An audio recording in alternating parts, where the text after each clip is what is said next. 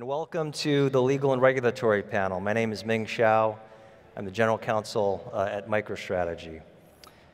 You know, when I was preparing for last year's panel on this very same topic, I remember telling Fong that not much had happened between early 2021 and early 2022 when we were having the conference at the time. And so there weren't a lot of updates to be provided. Fast forward 12 months, and it's actually really difficult now to know even where to start. So much has happened, particularly on the regulatory enforcement side, that I think everybody in the crypto world, and a lot of people outside of it, are wondering, where does this storyline go from here? How did we even get here? And what are the implications specific to Bitcoin? I have invited to this panel 3 legal experts who are going to help answer those questions and also provide their views on how to navigate corporate Bitcoin strategies in the current environment. So let me introduce each one of them. I think it's important to know their backgrounds before we start the discussion. First off is Dax Hansen of Perkins Coie. Truth be told, Dax was the very first attorney that I called when I learned that MicroStrategy was considering Bitcoin back in 2020. He is widely considered to be the dean of crypto space for lawyers because he pretty much started advising on digital assets from the very beginning back in 2010. He's currently the Fintech industry head or lead practitioner at Perkins Coie. Dax, it's great to have you on the panel. You and I have been through quite a journey over the last 3 years, and I really appreciate your support. Wonderful to be here. Thanks, Ming. The second is Neel Maitra of Sonsini. I started working with Neel the week after he left the SEC, probably around middle of last year or so. I remember at the time that I was being asked a lot of questions about the SEC's evolving view on digital assets and Bitcoin specifically. And I thought, who better to ask than Neel, who was leaving the SEC as its senior special counsel and crypto specialist in the trading and markets division. Ever since Neel started at Sonsini, he's been a go-to advisor for me on SEC crypto matters. Neel, it's great for you to be here. I think everybody's going to be very interested in what you have to say today. Thank you, Ming. Great to be here. Last but not least is Chalyse Robinson of WilmerHale. Chalyse is a specialist in debt financing transactions. She has been instrumental in helping MicroStrategy understand how Bitcoin can serve as collateral. She's also one of the few lawyers in the country who really straddles that traditional debt financing world and Bitcoin, especially for publicly traded companies. And so I think she's going to be able to contribute a unique and somewhat practical perspective around Bitcoin that I think is going to be very helpful for this discussion. So welcome, Chalyse. Thanks, Ming. Happy to be here. So let me set the table a little bit for the first part of this discussion. Over the last 12 months, a lot of crypto-related companies have imploded. Right? FTX, Celsius, Voyager, 3 Arrows, some crypto-related financial institutions. Those developments alone have shaken the digital industry to its core, and some would say caused the crypto winter. But on top of that, and maybe because of those developments, regulators have woken up. And they've not just woken up, they seem to have gone from 0 to 100 miles an hour in record time, with the SEC leading the way, with a slew of enforcement actions and lawsuits, right? On top of that, or maybe however, these very same regulators, right? These very same regulators are being hammered by criticism from politicians, from crypto business industry leaders. Why is that, right? And is it even relevant to Bitcoin, which is not considered a security? I think it's important to zoom out and consider the macro regulatory environment because I think the developments there are likely going to have an indirect, if not direct effect on Bitcoin's use and adoption going forward. So let's start there. And with this first question, which is going to go to Neel, let's address the big elephant in the room, Neel, right? What has the SEC been doing with respect to digital assets over the last 12 months? It's a pretty controversial topic.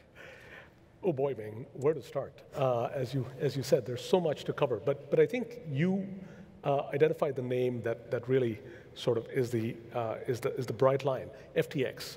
You know, everything that the SEC has done post FTX is sort of distinguishable in a certain sense from what it did before FTX.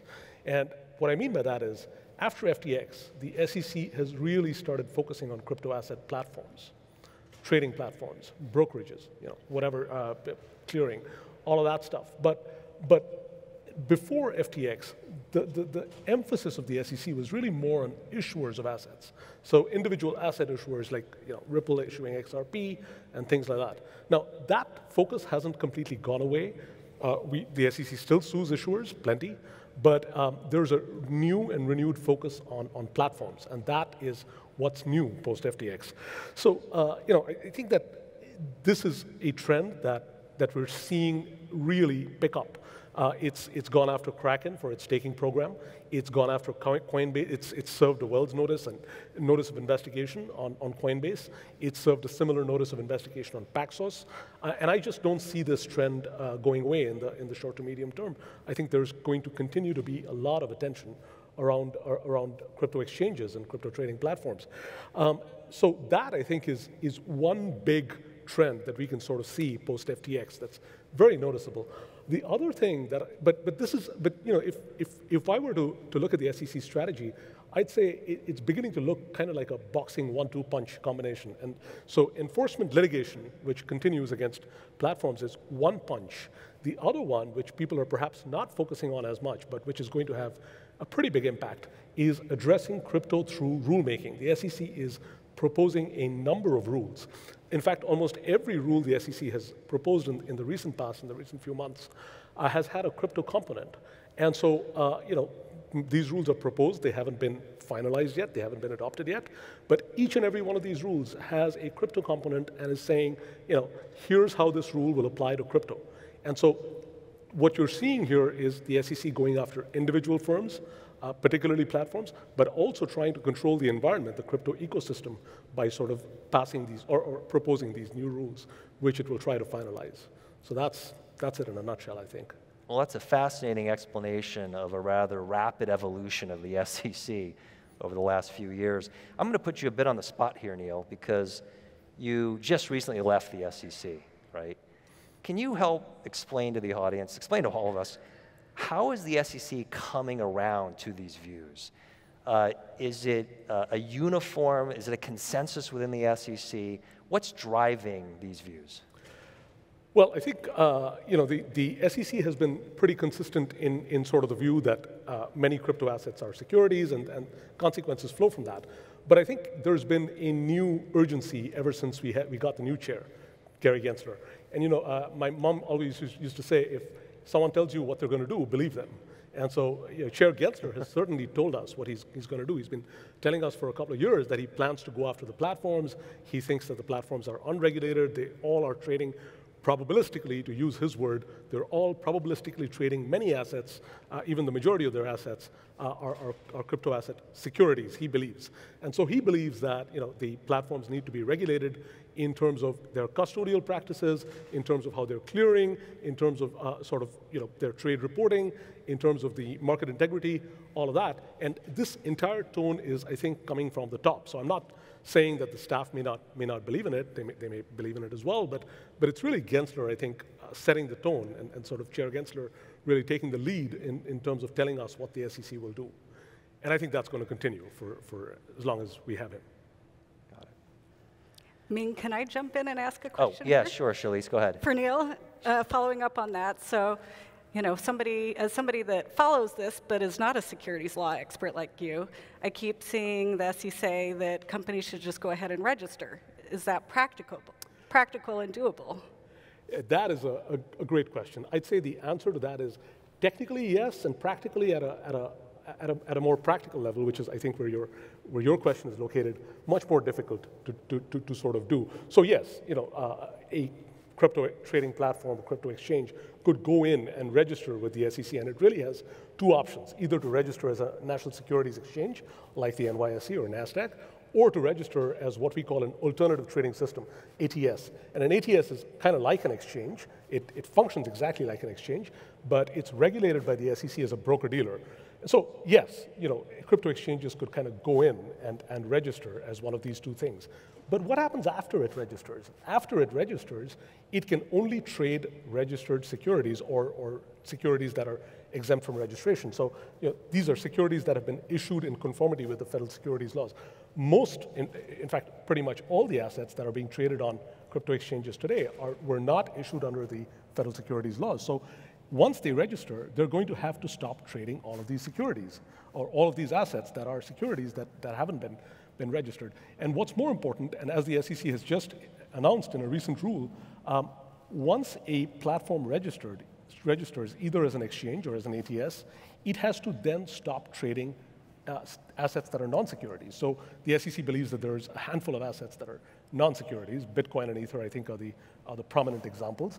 A platform wouldn't be able to trade Bitcoin and Ether after it registered with the SEC, and so that would mean these two assets, which account for a huge portion of the trading volume, significant portion of the trading volume, would just stop trading on these platforms. So the incentives really aren't there for these platforms to sort of register. The SEC can sort of say that your doors are open, but platforms have to be asking themselves, after I register, then what? What's the plan? And so that, I think, you put your finger on it. Practically, what is the plan? And Neel, from a practitioner's perspective, doing non-securities issues, I think that question of how and why has been on the minds of innovators, exchanges, and dealers and everybody in the ecosystem for quite a while, right? Like, the people want to comply. They have sorted through the legal requirements, and I think that they many times have reached the conclusion there's a bit of a mismatch between the black letter law and the regulatory position taken by the SEC in particular. And I think that is frustrating to a lot of people because the pathway is relatively clear for other regulatory regimes that are still relevant to Bitcoin and crypto transactions and businesses, right? The commodities landscape is relatively straightforward and clear. Anti-money laundering, money transmission, banking, and sanctions, those all require compliance, but there is a path forward on that.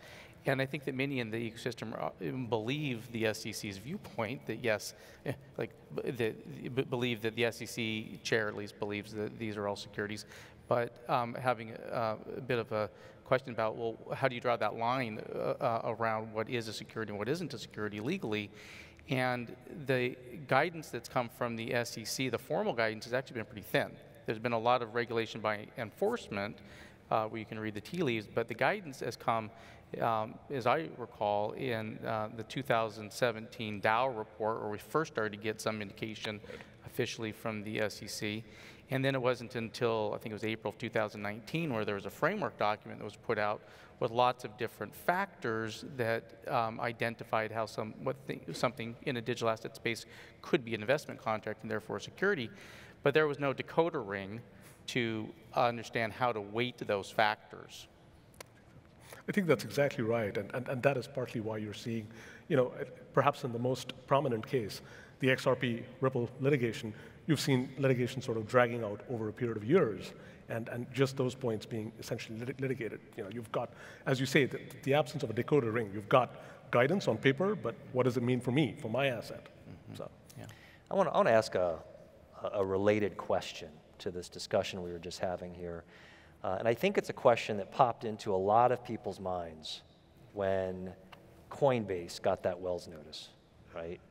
And that is, how can the SEC engage with Coinbase through the IPO process, understand pretty precisely what Coinbase was doing as a business, what it was planning to do, how it was likely to expand, right? And allow them to go public, and then just a short time later turn around and essentially declare that much of their business is illegal. Something doesn't seem right there. Well, Ming, I have a lot of sympathy for Dax's sort of point that there's a lack of clarity in the space, but I think, less sympathy for that point, which I think others have also made, which is that if you let Coinbase go IPO, you're effectively sort of saying that their business is fine. I don't think that's sort of how the process is kind of supposed to work. The SEC is not really a merit regulator. When the SEC lets a company go public, it's not really saying you should invest in this thing or this is a good thing. It's not even saying that this company is doing everything right. What it's really saying is that this company has given us the information that it needs to go public. It has the information in place that shareholders will need to consult to decide whether to invest or not. And that's the limited position that the SEC is taking. But let me add one other thing. Anyone who's read the Coinbase registration statement, they have an excellent legal team. Those risk factors are about the size of like War and Peace or Moby Dick or choose the novel of your choice. They will tell you that like everything we're doing could be deemed to be securities activity, and we might have to sort of pivot substantially, even shut down, who knows. And so those risk factors really put you on alert. They did go public, but when they went public, they told you that there is a substantial risk of being found to be in violation of the federal securities laws. And so while I can kind of see the appeal of the argument that people have made about the SEC sort of letting Coinbase go ahead on one hand, and sort of then being upset with their activities, I'm not sure it sort of fairly describes the IPO process, which is much more limited. I want to keep pulling a little bit on this general thread with respect to the SEC here. It's fascinating. What about more recent developments, right? I've heard about the Bittrex lawsuit. I understand there's new proposed guidance that the SEC has put out regarding digital asset exchanges. What are these about? I've heard they're important. I'd say very important, Ming, and just going back to what I said about the 1-2 punch about litigation being one part of the effort and sort of the rulemaking being the other part of the effort. I think it's really important to locate both the examples you just spoke of in that context. So I think the action against Bittrex is really, really important because you've seen the SEC sort of saying you're trading at least six assets that are securities. You're acting as an unregistered exchange, for sure, is what the SEC is saying, but also acting as an unregistered broker, acting as an unregistered clearing agency, and it gives the SEC multiple shots on goal by doing that. And I think we're going to see the Bittrex action kind of as a blueprint that's going to be rolled out against other platforms as well. There are other prominent platforms that are being investigated, some that will be sued. And I think in each of those cases, I think we will find that similar charges will be brought as were brought against Bittrex. And I think the SEC will sort of identify some number of assets, not just one, which they think are securities, and will sort of say that all of these put you in the zone of operating in violation of the federal securities law. So that's the litigation angle. And one other thing I will say about the litigation angle is that it's important to bear in mind, I think, that actions aren't just being brought against companies. Bittrex is certainly being sued, but directors and officers are being sued as well. So there is an element of personal liability for the people who are involved in these enterprises. I mean, you could have things like, substantial fines being paid, in some cases extending to 7, maybe even 8 figures in some cases. You could also have, for example, bars, people not being allowed to work in the securities industry for some period. So it's a very substantial sort of threat to the individuals who are running these companies as well. That's the litigation angle. Let me mention the second angle, which I talked of, which was rulemaking. And I think rulemaking is a big deal right now. The SEC, as I said, is trying to regulate crypto through multiple ways through rulemaking. And one way, for example, one recent rulemaking, which is very, very important, is that the SEC is planning to expand the definition of what it means to be an exchange.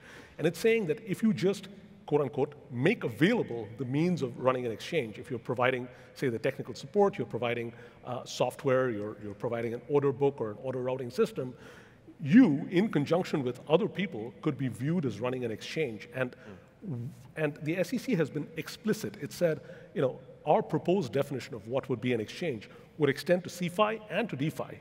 And so, for DeFi platforms that are saying, well, we're not running an exchange, we're not doing anything, we're just literally letting you, we're just taking an order and routing it through to some, we have a smart contract that sort of routes you to other platforms or to other entities, and that's all we're doing. The SEC is planning to expand the definition of exchange to cover all of that. And so this could really be a crypto killer in the sense of sort of making it necessary for all these platforms to come in and sort of register. And as I just explained to Chalyse, practically that's not really an option for most of these exchanges.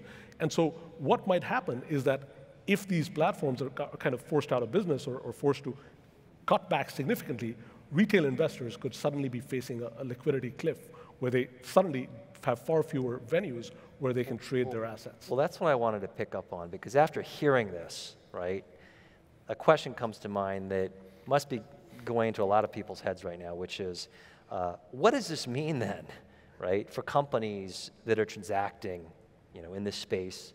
What does it mean for vendors?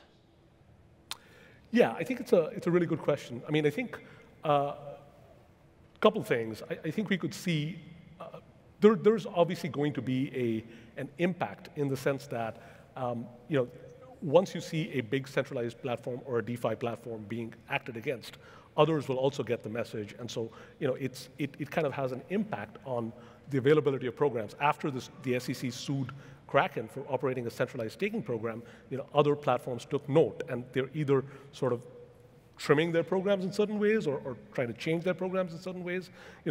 Borrowing and lending services have largely sort of have been impacted significantly since the SEC sued BlockFi successfully, and then Gemini and Genesis as well. And so it's definitely going to have that kind of knock-on effect. I think we could see two impacts that very, very in the proximate sense. And I think one is that these exchanges cut back and start trading just the assets that they know to be securities, to be non-securities, to be on the safe side. They just trade the stuff that they clearly know are not securities. And so Bitcoin, I think, would be the obvious candidate, but also Ether and perhaps maybe a handful of other assets that could credibly claim to be non-securities or safely claim to be non-securities. And so what does that mean? That means, obviously, trading volumes get boosted in those few assets. You have a lot more people transacting in those assets. But you also could have a situation where a lot of people suddenly face a cliff, as I said, where they don't have a place really to trade their other crypto assets. And can I double down on that just a little bit too? Yeah, go ahead. So I do think that another implication is that companies will just leave the United States. They are leaving the United States. Like this regulatory fatigue has been setting into their bones for quite a while, right? Like it's just not quite, the juice isn't worth the squeeze. And so you're seeing a lot of companies set up international operations where there is regulatory clarity and certainty, in places like the EU, where there is more certainty. And then to the point about narrowing the assets, I think that there's a potential implication to just the number of vendors that are available to Bitcoin-only, I guess, corporates, for instance, right? Companies running a Bitcoin corporate strategy may find themselves with fewer custodians and fewer broker options, or we have to make sure that, or the industry has to make sure that the Bitcoin only or the more narrow asset class business case is financially compelling to keep those companies in business to provide options. That's very interesting. Look, we talked a lot about the SEC. Clearly, there are a lot of storm clouds out there relating to the SEC's regulatory enforcement activity. But just because the SEC wants it to be a certain way, is it going to happen? No, and I think you're exactly right to sort of drill down on that. No, none of this is a given. It's not written in stone. I think there's a number of things that could change things. One is, of course, these companies are not going to go out without a fight. They're big, established companies at this point. They've got resources. They've got sophisticated legal counsel. They're going to fight it all the way. As we've seen from Ripple, this litigation can drag on for years. And in the case of a larger crypto exchange, I mean, could drag on for an even longer sort of period of time than Ripple has, for example.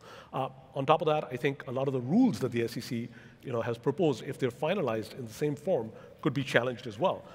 You could have, if something like If Ripple wins its case for example, against the SEC, I don't think that'll happen. But I think if they do, that could throw a real wrench in the works for the SEC. Really slow down its programmatic sort of expansion against crypto. And then finally, there's also the possibility. I know it doesn't seem like that in our more pessimistic moments, but there's always the possibility that Congress could act, could sort of clarify things here, maybe take away some jurisdiction, give the SEC or the CFTC different kind of jurisdiction. We don't know what actions they could take, but all of those are imponderables, and all of those could change the future. Well, we've been talking more generally about the regulatory framework, but this is a conference about Bitcoin specifically. So let's talk more specifically about Bitcoin. It's not a security, right? We've covered that in some prior conference discussions in prior years. What do these regulatory issues mean for Bitcoin? And how are Bitcoin activities going to be affected or likely going to be affected? I think this is a very important question. I think it is a very important question. And as you keep saying, and I think it needs to be said repeatedly, Bitcoin is different.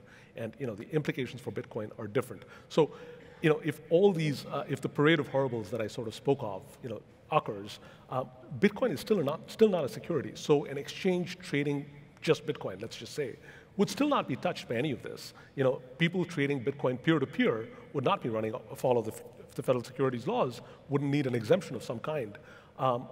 So I think that there's still Bitcoin is still going to be a kind of a go-to asset if crypto generally is affected, negatively by regulatory developments or enforcement developments.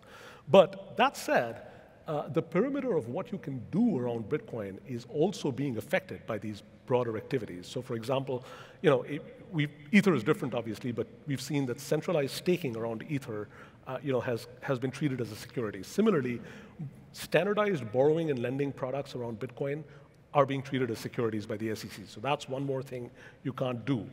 Certain kinds of investment products that are based on Bitcoin could become securities. So that perimeter, you need to be pretty careful when you move from trading Bitcoin to, say, trading Bitcoin derivatives or sort of packaging Bitcoin in certain ways. So you got to constantly keep an eye on that sort of perimeter, when it comes to Bitcoin. But Bitcoin trading itself, the core of Bitcoin, I see that surviving. One other thing that I will mention, I think, is the pressure on the SEC to sort of allow a Bitcoin spot exchange-traded product to go through continues to be intense. And I think that matter has been litigated, and I think there's a substantial body of opinion out there that thinks that the court could come down against the SEC, sort of allow a Bitcoin exchange-traded product to proceed. And I think it's also worth noting this generally, even though there have been many developments in the last year, as you pointed out, most of them don't impact a corporate Bitcoin buy and hold strategy, buy, hold, or sell strategy. I mean, these are actions that are directed more at things like DeFi and sanctions and even stable coins and just general consumer and investor protections. And so in many regards, the core legal and regulatory issues around a Bitcoin corporate strategy really haven't changed since we talked last year. I think it's a good segue to really remind and clarify for the audience, given this discussion that we've just had around the regulatory environment, what you can't do with Bitcoin, in part because Bitcoin is different. So I don't know, Dax or Chalyse, who wants to go first? I'll just make a couple comments there. Yeah, so a corporate entity can still buy, hold, and sell Bitcoin without needing a financial services license, like a money transmitter license, or to be registered with FinCEN, or to be a limited purpose trust company. Now, in part, that's because most corporates rely on a vendor who is regulated under the trust or the money transmission, the anti-money laundering rules. And so it is important to get it right with your vendors, and we'll talk more about that later. But a company can buy, sell, hold, and can even implement a derivative strategy on a relatively painless basis with a little bit of work. And in my world of debt finance, Bitcoin is really an asset just like any other. And so if your company is going out to get leverage to finance growth or just general working capital, typically the most common structure is just full all assets collateral package on a corporate level credit facility. And so if a company has adopted a strategy as discussed where they're just buying and holding Bitcoin, that Bitcoin would be part of that all assets collateral package, just like their cash and any other assets. The complication we've run into a little bit in doing these transactions where companies have Bitcoin is just, it is a newer asset class, and so some of the third-party collateral agents and trustees aren't as familiar or have potentially operational or other issues where they're not allowed to hold that Bitcoin themselves, and so they worry about what happens on a downturn type of scenario where they need to foreclose. We have been able to find workarounds. We just have to be more intentional in the documents and raise it at the outset of a transaction and have steps clearly in the documentation where it's clear where those assets would go so they never go to that bank or financial institution that is not willing to hold those assets, at least at this time. Another type of finance where Bitcoin is relevant is in asset-based financing. So the most common asset-based financing is real estate financing, where you have a piece of real property and you borrow a certain percentage of the market value to fund your loan.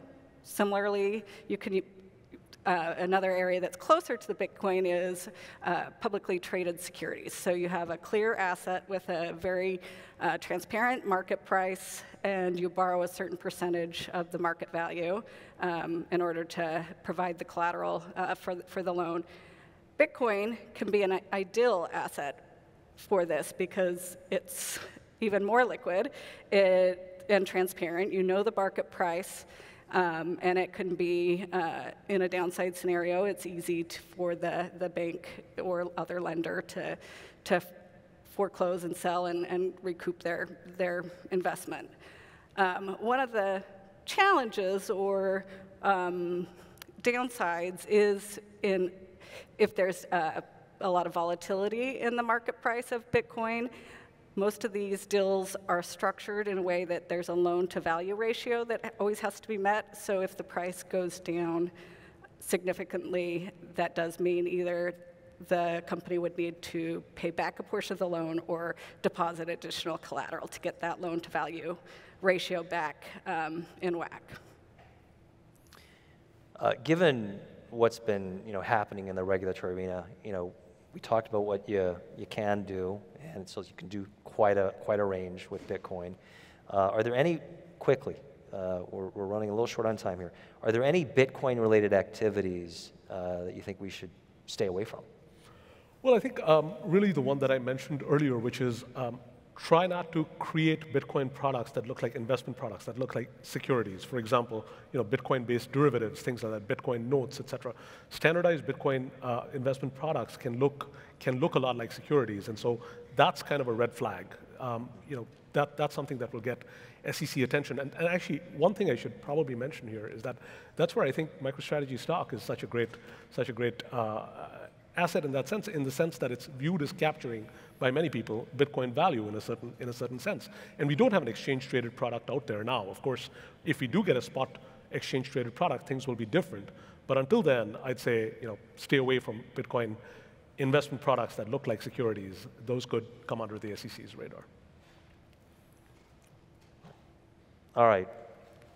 So we've talked about what you can do, a little bit about what you can't do. Let's talk about compliance, right? How would you recommend, and I guess I'll turn first to Dax, that companies approach compliance? We talked a lot about it a couple of years ago at Bitcoin for Corporations, but I think it's useful to remind people here, how should they approach compliance and mitigate risk in executing on a Bitcoin strategy? Well, the first thing, Ming, I think that corporate entities can do to manage the risk is to pick good partners that to safeguard very significant assets, and to execute large and complex transactions takes a lot of skill. So there are specialized vendors that have been purpose-built for this function on behalf of other parties, and they're regulated often. The best ones are regulated in the United States, for instance, by a prudential regulator who imposes a lot of customer safeguards, things like surety bonds, and goes through data security requirements, gets fingerprinting, looks at the backgrounds of the officers and directors of a company. And so, first of all, just selecting good partners and then working through not only a due diligence process on the front end for hiring them or engaging with those partners, but working through an ongoing diligence and monitoring process to help them to understand what they may be going through as the industry gyrates, right? So in this last year, there have been a number of situations, been some insolvencies and some bankruptcies based on some contagion in crypto lending transactions. And so just understanding how your partners may or may not be impacted by that is one way that a corporation could mitigate their potential exposure and risk. I'd like to follow up on the conversation that Chalyse was having in the debt financing world. Chalyse, can you touch more specifically on compliance considerations there? Because I think that's a really important point that we ran into with you helping to advise us on it, and I think it's useful for the audience to hear that. Yeah, I agree with everything Dax said, and due diligence here is key. You need to really due diligence not just compliance, internal controls, and things like that, but the creditworthiness and stability of the companies that you're doing business with. As we've seen in recent months, that even banks are not immune to these challenges. So really making sure you know who you're doing business with, that they are going to be there for the longer term, and even potentially looking at backup plans, and it's always prudent to kind of have another account or another option already ready if there is any sort of disruption or distress with one of your counterparties. Another thing that is really important is the details around your documentation. You really want to make sure every document that governs your relationship is very clear, that any of the Bitcoin that you're custodying with somebody else or is being used as collateral for a loan or anything else, everything is 100% crystal clear that those are your assets. You own those, and they cannot be commingled or otherwise, any other arrangement where it could put your ownership rights at jeopardy, where it potentially could be included in the bankruptcy estate, or if the company, or if it's a bank and it goes into FDIC receivership, it's very clear those are your assets and not assets of the banks. So really having that clear due diligence, but even if you've done everything right and it's clear those assets are not at risk, it's still great to have that backup plan to avoid just the operational disruption of counterparty that's going through either FDIC receivership or a bankruptcy. Let's shift more to the future at this point. I know there's some changes going on out there that are reflective of the increased institutionalization and the commercial adoption of Bitcoin. Let's talk about those, because they're sort of indicia, maybe, of where things are going, and I think it also represents some uneven progress across different fields of law and regulation. And so, Chalyse, why don't you pick up there, because I understand that there are some interesting and important changes going on that affect your world. Yeah, on the positive side, there have been some recent developments in my world with proposed amendments to the Uniform Commercial Code. For those of you that are not familiar with the Uniform Commercial Code, or the UCC, it is the main law that governs a lot of commercial transactions, but in particular secured finance transactions.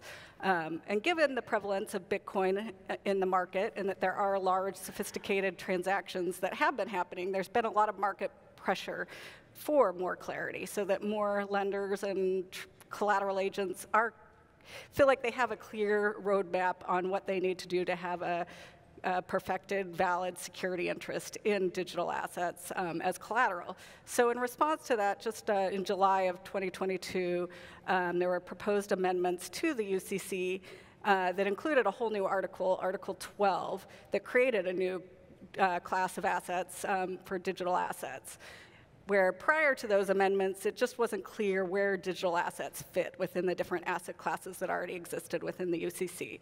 So these proposed amendments provide a lot of clarity, and in the business-to-business or business-to-bank type of commercial transactions on giving that clear roadmap of what parties need to do to have the protections that they think we're negotiating to have in that transaction.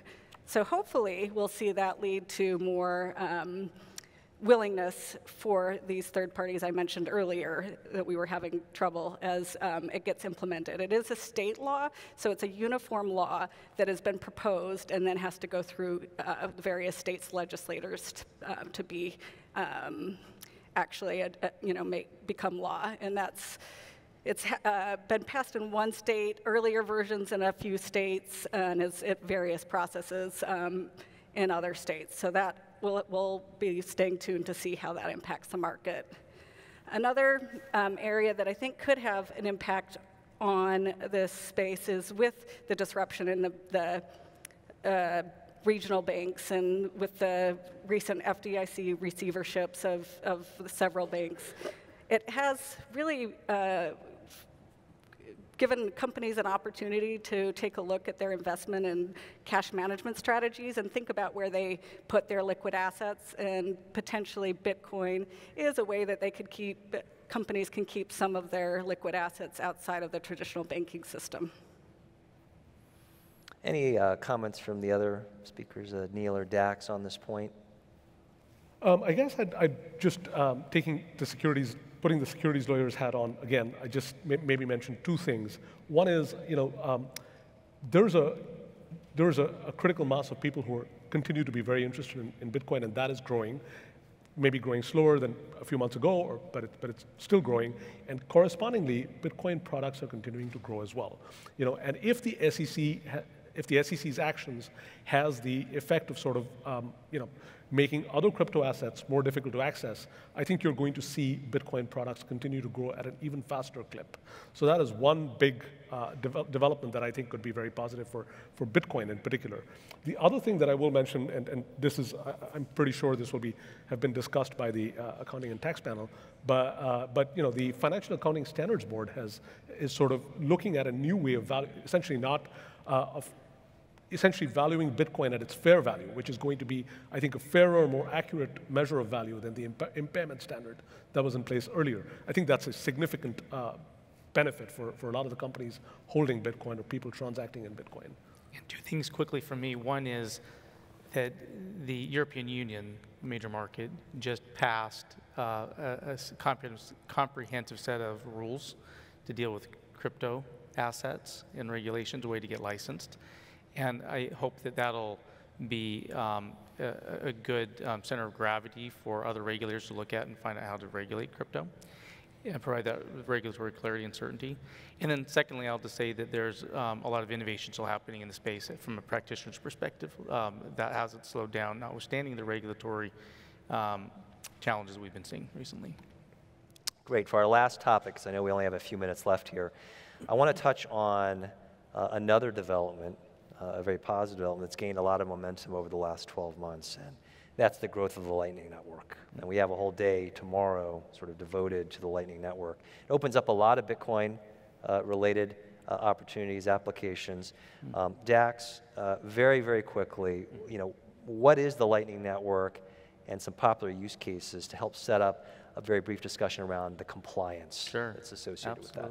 Yep. So first of all, I will say that the Lightning Network is it's a layer 2 infrastructure that interacts with the layer 1 Bitcoin network And it allows parties to interact with each other, especially parties that trust each other, in a way that removes some of the existing friction, some of the natural friction of the Bitcoin consensus mechanism. So what it specifically allows for are parties to interact with each other on a rapid basis, repeatedly, quickly, without having to pay the fees necessarily, because all the fees are all the transactions essentially batched and recorded just periodically to the Bitcoin blockchain. So it's a scaling solution that can allow for all sorts of use cases, especially when we need to have quick and inexpensive transactions, and use cases could be micro payments and rewards and loyalty programs and similar projects like that.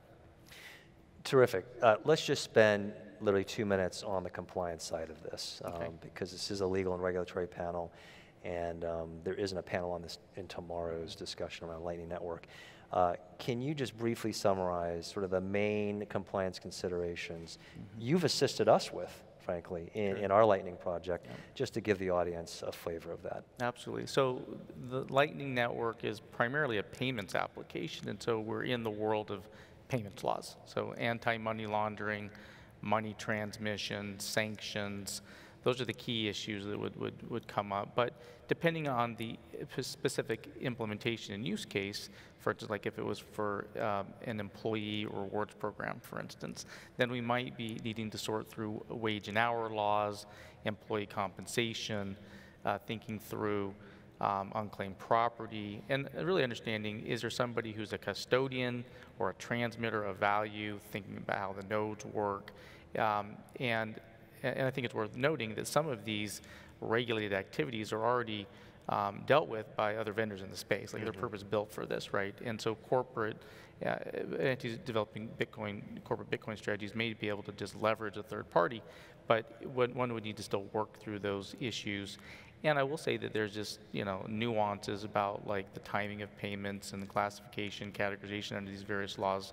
You have to look at each one to understand what's there. And then all of that rolls up into a set of terms and conditions that would need to be shared out with the users or employees, so they understand who's doing what and what the implications are, and really warning them about potential ways they could like lose their value or how they may be taxed on the value. Thank you for that context, which is useful heading into tomorrow's conversation, which is going to go more in detail from probably a business and technical perspective into the Lightning Network. We're going to go ahead and close on this session right now. We have covered a lot of ground in our 45 to 50 minutes here. I want to thank our presenters, our panelists. Fascinating topics. We could probably go on for a much longer period of time if we had it.